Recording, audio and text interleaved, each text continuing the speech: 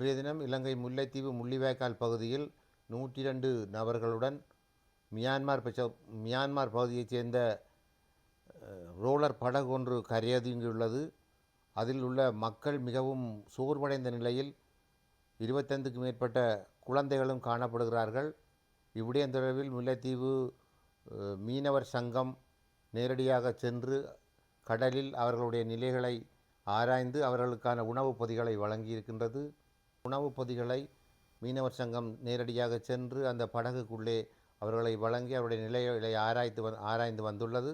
திரும்பவும் முல்லைத்தீவு மாவட்டத்தைச் சேர்ந்த பாராளுமன்ற உறுப்பினர் திரு ரவிகரன் ஐயா அவர்கள் நேரடியாக சென்று அவர்களை பார்வையிட்டு வந்தார். அவருடைய கருத்தின்படி அவர்கள் கொஞ்சம் சோர்வடைந்த நிலையில் காணப்படுவதாகவும் அவர்களுக்கு மருத்துவ உதவி அவசியமானதாகவும் காணப்படுகின்றபடியால் மருத்துவர்களும் நேரடியாக சென்று பார்த்திருக்கின்றார்கள். இந்த நிலையில் அவர்களை எமது நாட்டின் சட்டத்திட்டங்களுக்கு அமைவாக எவ்வாறு அவர்களை உள்ளே கொண்டு வருவதா அல்லது வேறு ஏதாவது சட்ட நடவடிக்கைகளை உட்படுத்துவதா என்ற விடயங்கள் தொடர்பாக ஆராயப்பட்டு வருவதாகவும் கடற்படையினரும் போலீஸாரும் இராணுவத்தினரும் அவ்விடத்தில் இருக்கின்றார்கள். அதிகமான மக்கள் அவ்விடத்தில் குவிந்த வண்ணம் இருக்கின்றார்கள். இவ்விடயங்கள் தொடர்பாக நேரடியாக நாங்கள் சென்று பார்த்திருக்கின்றோம்.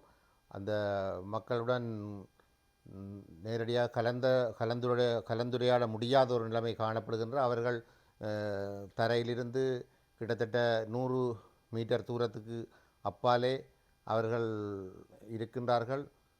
படகில் 102 மக்கள் காணப்படுவதாகவும் அந்த மக்கள் மிகவும் சோர்வடைந்த நிலையில் அவர்களுக்கு உதவிகள் தேவைப்படுவதாகவும் அவர்களை கரையில் எடுத்து அவர்களுக்கான தேவைகளை வழங்குவது தற்போது முக்கியமாக காணப்படுகிறது. இருப்பினும் விடயம் தொடர்பான மேலதிக நடவடிக்கைகள் மேற்கொள்ளப்பட்டு வருகின்றன.